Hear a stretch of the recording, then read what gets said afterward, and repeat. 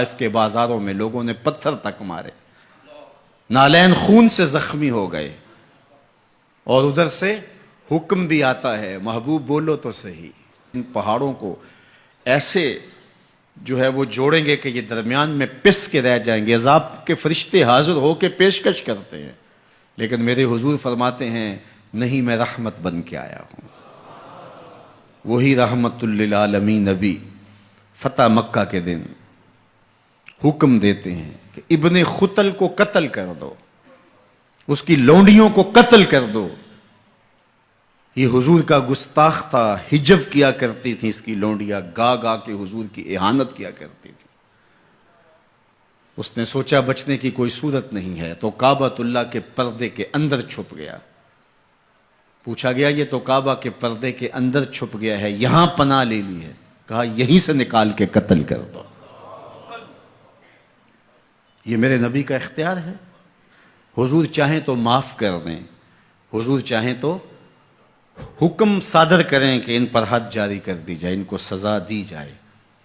اس لیے ہمارے اوپر لازم ہے کہ جس کا جرم ثابت ہو جائے اس کو قرار واقعی سزا دی جائے۔ ایک تو بات یہ ہوئی کہ جو عمومی طور پہ مختلف جگہوں پہ بیٹھ کے یہ چیختے ہیں کہ حضور نے تو معاف کر دیا، تو آپ معاف کیوں نہیں کرتے؟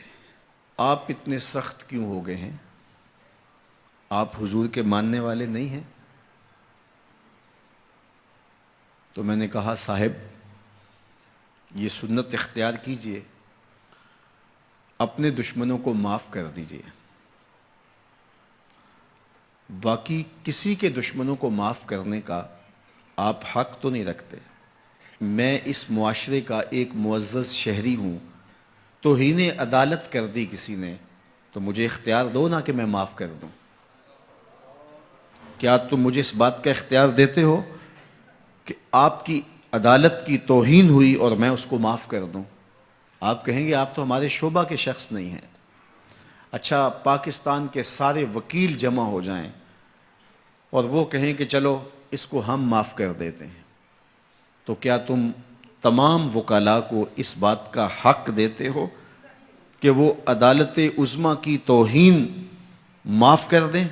یار جب توہین عدالت کی معافی آپ نے میرے اختیار میں نہیں دی تو رسول اللہ کی اہانت کی معافی کسی نے تمہارے اختیار میں بھی نہیں دی۔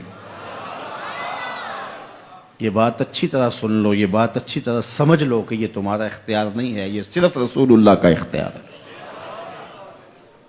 حضور کے اختیار میں تم کون ہوتے ہو تصرف کرنے والے؟ وہ معاف کریں ان کی مرضی، وہ نہ کریں ان کی مرضی۔ تو پہلی بات یہ ہوئی کہ حضور علیہ السلام کا اہانت کرنے والا شخص وہ واجب القتل ہے، اس کی سزا موت ہے، اور یہ قرآن کا آئین ہے، یہ احادیث سے ثابت شدہ نتیجہ ہے۔ پاکستان کا آئین، پاکستان کا دستور یہ بتاتا ہے، 295 میں بھی ساری بحث کے بعد یہ قانون بنا تھا کہ جو شخص حضور کی اہانت کرے وہ واجب القتل ہے، اس کو سزائے موت دی جائے گی، اس کو پھانسی پہ چڑھایا جائے گا۔ جب پاکستان کا آئین بنا ہے، پاکستان کا قانون بنا ہے، پھر کیوں بنایا ہے اگر اس قانون کو نافذ نہیں کرنا؟ اب تک پاکستان کے اس قانون کو عملی طور پہ کسی پر بھی نافذ نہیں کیا گیا۔ جب سے یہ قانون بنا ہے یہ قانون کی حد تک ہے اور غیر مؤثر ہے، اور یہاں سزائے موت ہوئی بھی تو پاکستان کی اعلیٰ عدالت نے اس کا جس اجلت میں فیصلہ کیا وہ آپ کے سامنے ہے۔ اس فیصلے نے امت مسلمہ کو دکھی بھی کیا ہے، مضطرب بھی کیا ہے، عدالتوں سے لوگوں کا اعتماد بھی اٹھ گیا ہے۔ اور دوسری بات، ان حالات کے اندر پاکستان کے وزیر اعظم نے جس طرح جلتی پر تیل ڈالا ہے اور جس طرح کی گفتگو کی ہے، کیا ایک وزیر اعظم کو یہ زیبا ہے؟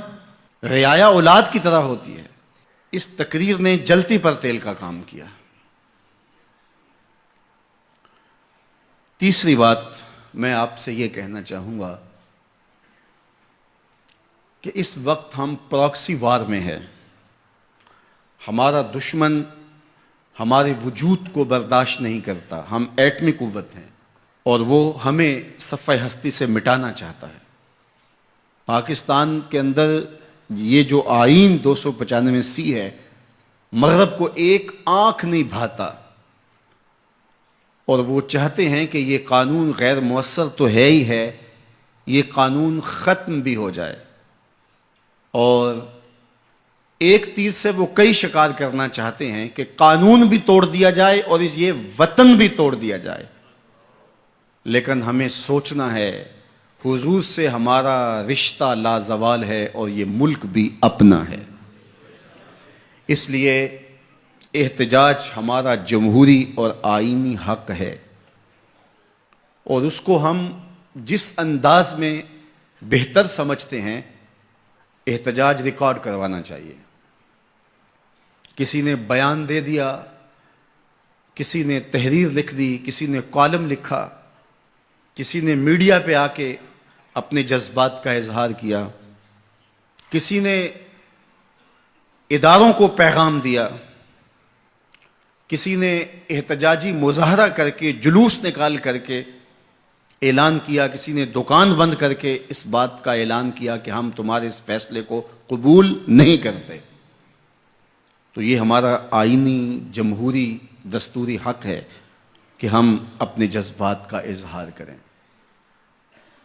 لیکن ہمیں اس موقع پہ گہری نظر رکھنا پڑے گی کہ دشمن اس سے فائدہ حاصل نہ کرے. اپنے لوگوں کو مرتب اور منظم رکھا جائے. جذبات کے اس ماحول کے اندر بھی ہم اپنی گفتگو کو پورے غور و فکر کے ساتھ تول کے بولنے کا مزاج بنائیں، تاکہ ملک کے اندر کوئی ایسی صورتحال پیدا نہ ہو. اللہ میرے وطن کی حفاظت کرے اور ہم سب کو حضور علیہ الصلاۃ والسلام کے ساتھ لازوال محبتوں کا جو رشتہ ہے اس کو نبھانے کی توفیق دے. حضور کے سامنے حشر کے دن ہم شرمندہ نہ ہوں.